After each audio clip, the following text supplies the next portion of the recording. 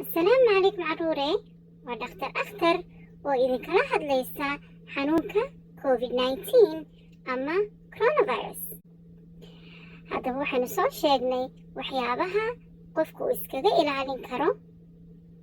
حنونك وحينو نري قفكو دي بدا مركو أبحو وإنو إسكا إلى عليا دادك إنو دوادو هدو السعودو وإنو السعودو meel 5 tallaabo dadka u jirta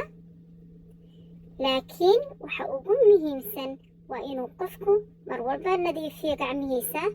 inaanu wejigiisa taabanin iyo ta ugu weyn oo ah inuu gurigiisa ku jiro inta xanuunku uu ku jiro magaalada uu degan yahay ama wadankiisa.